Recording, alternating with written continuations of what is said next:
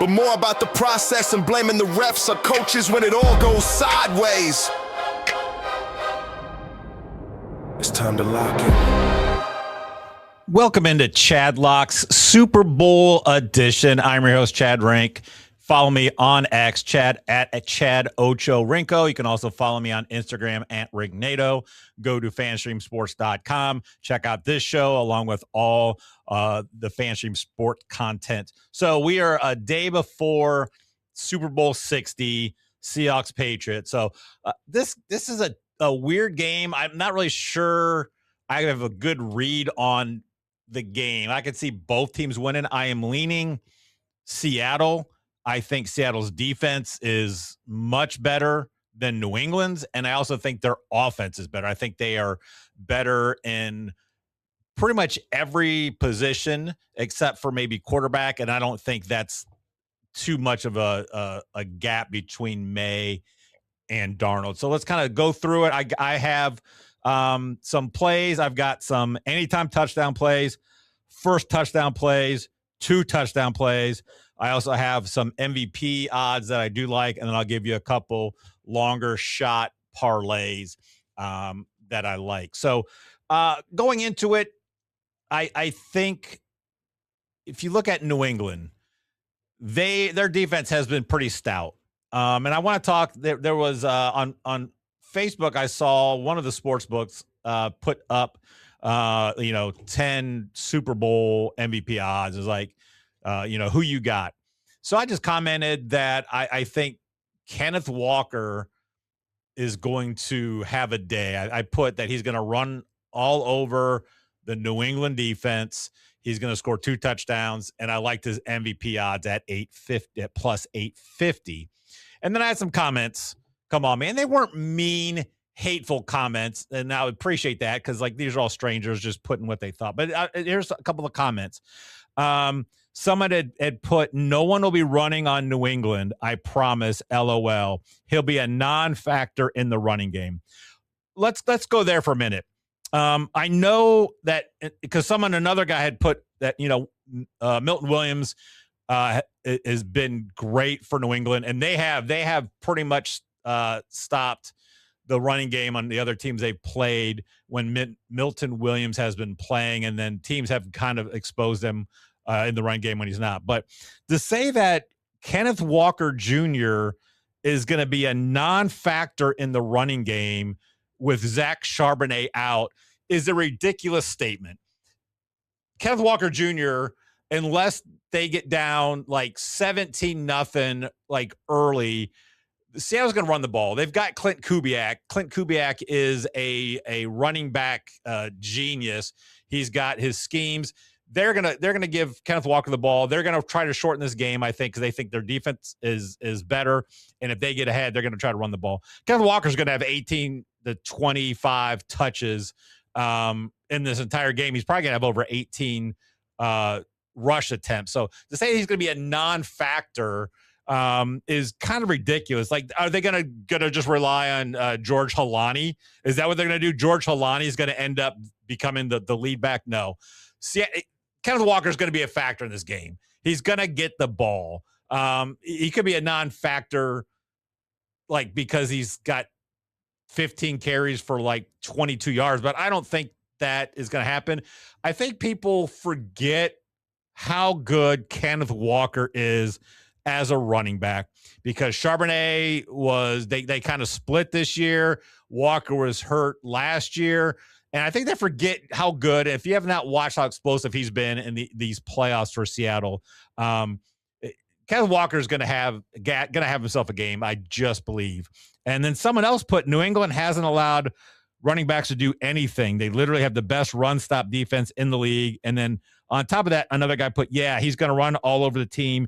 That's allowed 115 rushing yards through 3 playoff games. Here's the thing about stats. You can just look at stats and just spout out, no, they've only given up 150 yards in 3 games. Let's look and see who they played. They played the Chargers, whose offensive line is horrible, and Amari Hampton had 1 carry. Like Vidal was the main running back, and Vidal has had his moments, but he's not that great of a running back. He is not. With a healthy Amari Hampton, it may have been a little different, but the Chargers offensive line was terrible. And so, okay, that was one game. Second game against the Houston offense, which is not good.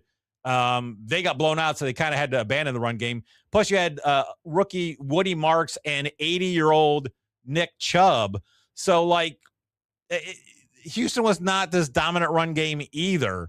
So you had those two games. And then the third game, you had Jared Stidham starting, and then you had RJ Harvey, who, again, another rookie. So I'm not it's impressive. Yeah, they gave up 115 rushing yards in 3 games. Okay. They didn't really face a rushing type quarterback. Herbert was really the only one, and he's not really designed runs a lot. So that's fine. Of course I'm not a guy that's going to get into discussions or arguments online with people. I think that's ridiculous because you can't really have that back and forth that you need. If Kenneth Walker wins the MVP or just has a big game, I will probably just go back to that because I'm this kind of guy and just put the Adam Sandler or the Adam Sandler I'm the smartest man alive from Billy Madison GIF in there or something like that. So I'm big on Kenneth Walker. I do think Seattle's going to win this game. I think Seattle's going to win 27-20. That's my prediction. And I just think they're just a better team. New England had one of the weakest schedules for the entire season. They're still young. I just think they're not the running back. Give me Kenneth Walker over Ramondre Stevenson. It would be a different story if Henderson was getting carries or just anything. But in this playoffs, he is really not seen any kind of action. So I think they trust Stevenson. In the Super Bowl, I don't think they're going to go to Henderson a lot. But I think he's the more explosive back, and I think that could help New England if you have Henderson out there for 50% of the snaps, trying to get him out on a screen pass because he's explosive and he can get you a 50-yard run or 50-yard catch and really give a spark to the offense. Receiving wise, give me JSN, Cooper Kupp, Shaheed. Shaheed's been a great find, being able to go spread the defense a little bit. Give me that over Diggs, Williams, Hollins, Boutte. I just think they're better. I mean, and then Henry, I think Henry's a better tight end than Barner, but it's not like we're talking, Travis Kelce and, some scrub or something like that. So it's not that different. And then Seattle's defense is by far better than New England's defense. So give me Seattle 27-20. I think it's going to be dependent on turnovers too. I think the team that can control the ball and protect the ball better as well. So that's what I like. So again, I'm more of a prop guy. The over under, it's kind of right there. I think it's at 45.5 or 46.5. So I can see it going a little bit. It could be a 24-20 game. I can see a little bit lower scoring. I think 50. If it got to 50 or more, I'd be surprised. And if it did, it'd have to be probably a couple defensive touchdowns or special team touchdowns by either team. So that's what I'm looking at. So let's look at Let's look at touchdown props right here because I love me some touchdown props. Kenneth Walker is at minus 195 to score. I think that's probably the safest bet. I think Kenneth Walker gets a touchdown. So I think that's a very good parlay piece in a 2-leg or 3-leg is a Kenneth Walker touchdown. Here's some other touchdowns that are plus money that I do like. I do like Hunter Henry at plus 235. I think New England's going to be able to score a couple touchdowns. And I think Henry is in a good spot to do that. I also like Diggs at 270 for New England. And then Mac Hollins at 425 I like as an interesting one because he has been getting some looks from May here during the playoffs. He's a solid receiver. So I could see if he happens to get the matchup they like, they go to him. So Mac Hollins to score a touchdown, I don't mind that at plus 425. Those are the three I do like for New England. The other ones I do like for Seattle, I do like Cooper Kupp at 260. We'll talk more about Cooper Kupp here in a little bit. I think he could be the X factor early on. I think in the first quarter, if you have Christian Gonzalez shadowing, covering JSN. And, they really maybe try to stop the run. Kupp could end up having a pretty decent first quarter, first half. So I do like 260 for him to score a touchdown. I do like George Halani to score a touchdown at 550. It's sometimes you get in these games, if Halani, he does get some action. If somehow like a Walker runs one for like 37 yards, gets it down to like inside the 5, I could see them pulling him out, giving him a quick breather, and Halani scoring. Or it could be the Halani, they got him on the drive or something like that. Those are the two running backs they have. So at 550, Halani getting a touchdown, I'm not gonna shy away from that. And then Jake Bobo at plus 1,000. I think Jake Bobo could be a sneaky guy to just get a touchdown. It just, you never know. There's always these random guys that get touchdowns. So I can see a Jake Bobo touchdown happening at plus 1,000. Why not take a chance on that? So those are the anytime touchdowns that I like. If we're talking first quarter touchdowns, there are also 7. I had 7 anytime. I also have 7 first touchdowns. I don't like putting a lot on first touchdowns. That's just more of a fun kind of play, especially for a Super Bowl. So I would probably only be putting like a quarter unit on anytime touchdown. I end up putting a half a unit on it. I don't mind. First touchdown, just such a volatile type of deal. So I would just do a quarter unit at the most on these. So I do it. Kenneth Walker at plus 350, JSN at plus 500. I think is probably the best bet. That would be the one. I think if I was going to put a half a unit on, it would probably be JSN. And then another one coming up here in a minute at Diggs. So Hunter Henry's at plus 1,400. Diggs at plus 1,500. So I don't mind putting a half unit on a Diggs first touchdown. Seattle does like playing a lot of zone, and Diggs is good against the zone defense. And he is their best receiver. So I think they're going to try to target him, especially early on. So I don't mind putting a half unit on Diggs and JSN for first touchdowns. Everything else would be a quarter unit. Mac Hollins, first touchdown, 2,200. George Halani, first touchdown, 2,800. And our boy Jake Bobo, plus 5,000.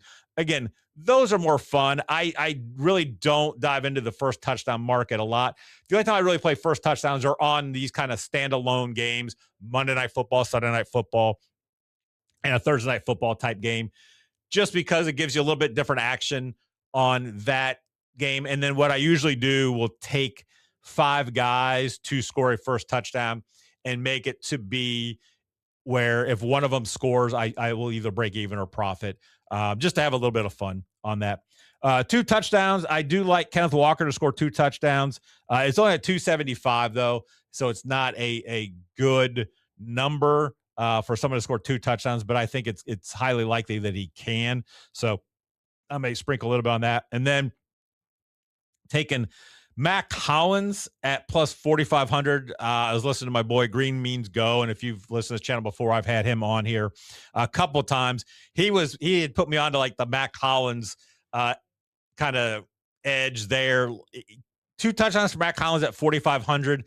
Why not sprinkle a little bit on that? Again, he's scored a touchdown already in these playoffs, so he's getting the looks from May. I think May trusts him. He's a decent receiver, and if you're putting more on Diggs and Henry, a guy like Hollins could find the end zone twice. So 4,500, why not put a little bit on that? So those are the touchdown markets that I do like here.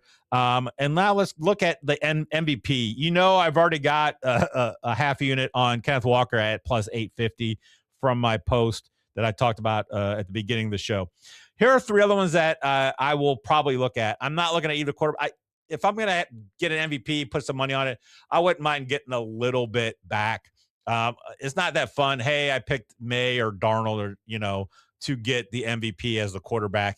And, it's just a little bit over even money. So I do like Mac Hollins.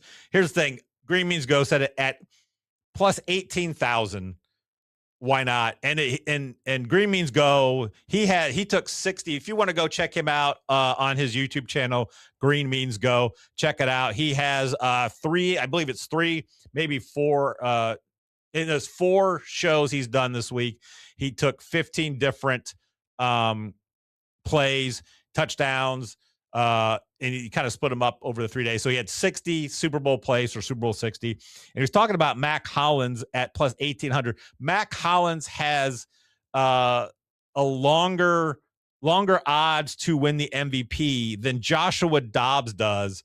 And Josh Dobbs is Drake May's backup. So the backup quarterback for New England has shorter odds than Mac Hollins. So at plus 18,000, why not? I do like my boy. I love Christian Gonzalez. I do a fantasy league where we do individual defensive players, and I love him. I always draft him.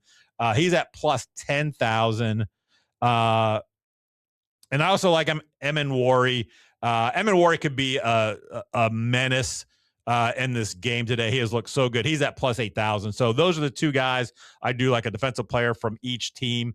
Because I think if New England wins, a guy like Gonzo is going to end up making some big plays, maybe getting a pick six, getting a couple picks, those types of things. So those are my four that I'm going to put some money on. I really like the Kenneth Walker one. If I think Seattle wins, I think it's going to be because Kenneth Walker is a huge part of that.